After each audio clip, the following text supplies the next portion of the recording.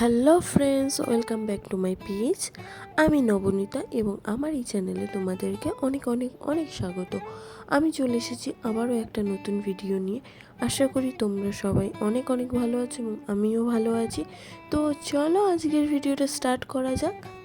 তো এই জিনিসটা কি দেখে বুঝতে পারছো? বুঝছো না? এবার দেখো, এবার দেখে আশা করি বুঝতে পারছো এটা ছোট শামুক। তো আজকে আমি তোমাদের সাথে শামুকের একটা রেসিপি শেয়ার করব। তার জন্য এখানে আমি শামুকগুলোকে ভালোভাবে ধুয়ে নিয়েছি। আর এই শামুকগুলো কিন্তু এখন জ্যান্ত, মানে জাস্ট জলের মধ্যে ছিল, এগুলো একদমই জ্যান্ত। কিন্তু এগুলোকে এভাবেই আমি সেদ্ধ করে নেব। তার জন্য আমি এখানে জল দিয়ে শামুকটা সেদ্ধ বসিয়েছি। আর এতে আমি নুন হলুদ দিয়ে ভালো করে সেদ্ধ করে নেব। হ্যাঁ জানি, এই ভিডিওটা দেখেও অনেকে অনেক মন্তব্য করবে, কারণ যারা খায় না তো খায় না, কিন্তু যারা ভালোবাসে তারা এটা খেতে খুবই ভালোবাসে। আর এখানে দেখো, জলটা যখন ভালোভাবে ফুটে উঠবে তখন আমার এই শামুকটা সেদ্ধ হয়ে যাবে। তখন আমি এই গ্যাসটাকে বন্ধ করে নামিয়ে দেব। আর অন্যদিকে আমি কিছুটা পরিমাণে পেঁয়াজ, রসুন, টমেটো এগুলোকে ভালোভাবে কেটে নেব। আর আমি আদাটাও বেটে নিয়েছি, সেটা তোমাদের সাথে শেয়ার করিনি। আর রসুনটাও বেটে নেব। তো ওদিকে আমার শামুকগুলো হালকা সেদ্ধ হয়ে গেছে। এবার আমি শামুকগুলোকে ভালো করে ঠান্ডা জলে ধুয়ে নেব। তো এখানে আমার শামুকগুলো সব ধুয়ে নিয়েছি আর একটা ফুটো ঝুড়ি দিয়ে জলটাও ছেঁকে নিয়েছি। এবার আমি একটা নোড়া নেব আর একটা এরকম পেপার পেতে নেব। এবার নোড়া দিয়ে প্রত্যেক কটা শামুক এইভাবে থ্যাতো করব এবং থ্যাতো করে এর ভেতরে প্রথম দিকে না কিছুটা অংশ থাকে, সেই অংশটা আমি প্রত্যেকটা শামুক থেকে নিয়ে নেব। অনেকে এই শামুক গোটাও রান্না করে, তো সেটাও নাকি খেতে খুব ভালো লাগে, কিন্তু আমি কোনোদিনও সেভাবে রান্না করিনি। আমি প্রত্যেকবারই এই শামুকটা এইভাবে ভেঙে এই প্রত্যেক মাথার ওপরের অংশটুকু নিই।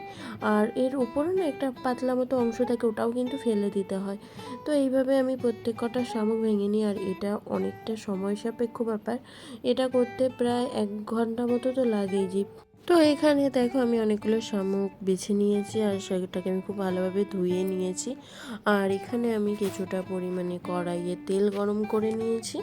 আর তেলটা গরম হয়ে গেলে সেই শামুকগুলোকে আমি প্রত্যেক কটা দিয়ে দিয়েছি কড়াইয়ে। এটাকে আমি একটু গ্যাস সিম করে ভালোভাবে ভেজে নেব। এখানে দেখো, কিছুক্ষণ মধ্যে আমার এই শামুকগুলো বেশ সুন্দর করে ভাজা হয়ে গেছে। এবার এটাকে আমি একটা পাত্রে তুলে রাখবো। তো শামুকটা তুলে নেওয়ার পর সেই তেলে আমি দিয়ে দেব একটা আলু। এবার এই আলুটাকে আমি ভালোভাবে ভেজে নেব। আলুটা ভাজা হয়ে গেল, আমি আলুটাকে আরেকটা পাত্রে তুলে রাখবো। আলুটা তুলে রেখে আমি সেই তেলে আবারও একদম একটুখানি তেল দিয়ে সেই তেলটাকে ভালো করে গরম করে নেব।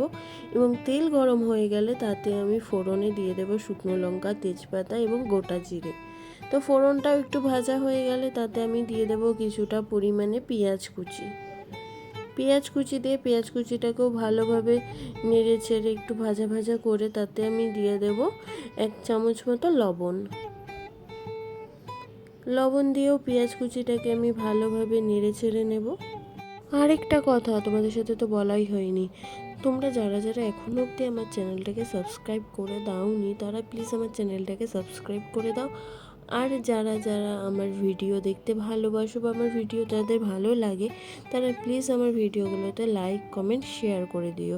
তো দেখো, তোমাদের সাথে কথা বলতে বলতে এখানে আমার পেঁয়াজটা হালকা ভাজা হয়ে এসেছে। এবার এতে আমি দিয়ে দেব আদা বাটা, রসুন বাটা,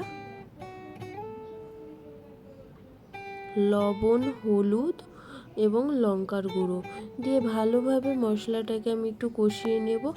আর এই মশলা কষানোর সময় একটু সামান্য পরিমাণে জলও দিয়ে দেব। আমি যেহেতু রসুনটা মিক্সিতে বেটেছিলাম আর অল্প পরিমাণে রসুন বেটেছি, তার জন্য আমার রসুন বাটাটা একটু পাতলা হয়েছে, কিন্তু হাতে বাটলে সেটা হতো না। তো এখানে আমি একটা টমেটো কেটে দিয়ে দিয়েছি। আর এভাবে টমেটো কেটে দিলে না, যখন টমেটোটা গলে যায় খুব সহজেই টমেটোর খোসাটা উঠে আসে। আর এতে আমি দুটো কাঁচা লঙ্কা চেরা দিয়ে দিয়েছি। এবার এই মশলাটাকে আমি ভালোভাবে কষিয়ে নেব। আর মশলাটা একটু কষে আসলে তাতে আমি স্বাদটা ব্যালেন্স রাখার জন্য একটুখানি 2-4 দানা চিনি দিয়ে দেবো। তো এখানে চিনি দিয়েও মশলাটাকে আবারও ভালোভাবে কষিয়ে নিতে হবে যতক্ষণ না মশলার কাঁচা গন্ধ চলে যায়। তো এখানে যখন আমার মশলাটা ভালোভাবে কষানো হয়ে গেছে, তখন এখানে যে আমি শামুক এবং আলুটা ভেজে রেখেছিলাম সেই দুটো দিয়ে দেব। দিয়ে আবারও একটু ভালোভাবে কষিয়ে নেব। আর গ্যাসের ফ্লেমটা আমি সিমে রেখে করেছিলাম, কারণ বাড়িয়ে দিলে হয়তো জিনিসটা লেগে যেত। তার জন্য আমি গ্যাসের ফ্লেমটা একদম সিম করে রেখে ভালোভাবে একটু সময় নিয়ে কষিয়েছি। তো এখানে দেখো এটা কষানো হয়ে গেছে, আর এখানে দেওয়ার জন্য আমি কিছুটা পরিমাণে জল গরম করে নেব। তো কষানো হয়ে গেলে অল্প একটু জল গরম করে দিয়ে এটাকে জাস্ট ঢেকে দেব। আমি এটাকে শুকনো শুকনোই নামাবো, কিন্তু যেহেতু আলুটা সেদ্ধ করে নিইনি তার জন্য আমি একটু জল দিয়ে এটাকে টানিয়ে নিয়েছি। আর দেখো এখানে আমার আলুটাও বেশ সুন্দর সেদ্ধ হয়ে গেছে। তো এটাকে জাস্ট আরেকটু নেড়ে চেড়ে নিয়ে এটা যখন হয়ে আসবে তাতে একটু ওপর থেকে গরম মশলা গুঁড়ো ছড়িয়ে আমি এবার গ্যাসের ফ্লেমটা বন্ধ করে দেব। তো দেখো আমার এই শামুকটা দেখতে কতটা সুন্দর লাগছে, আর খেতেও খুব সুন্দর হয়েছিল। আমি এটা খাই না, কিন্তু আমার ফ্যামিলির অন্যান্য মেম্বাররা যারা খায় তারা খেয়ে জাস্ট দারুণ বলেছে। তো তোমরা কে কে খাও অবশ্যই কমেন্ট করে আমাকে বলো। তো এই ছিল আজকের আমার ভিডিও। আমি চলে আসবো আবারও নতুন একটা ভিডিও নিয়ে। ততক্ষণের জন্য টাটা।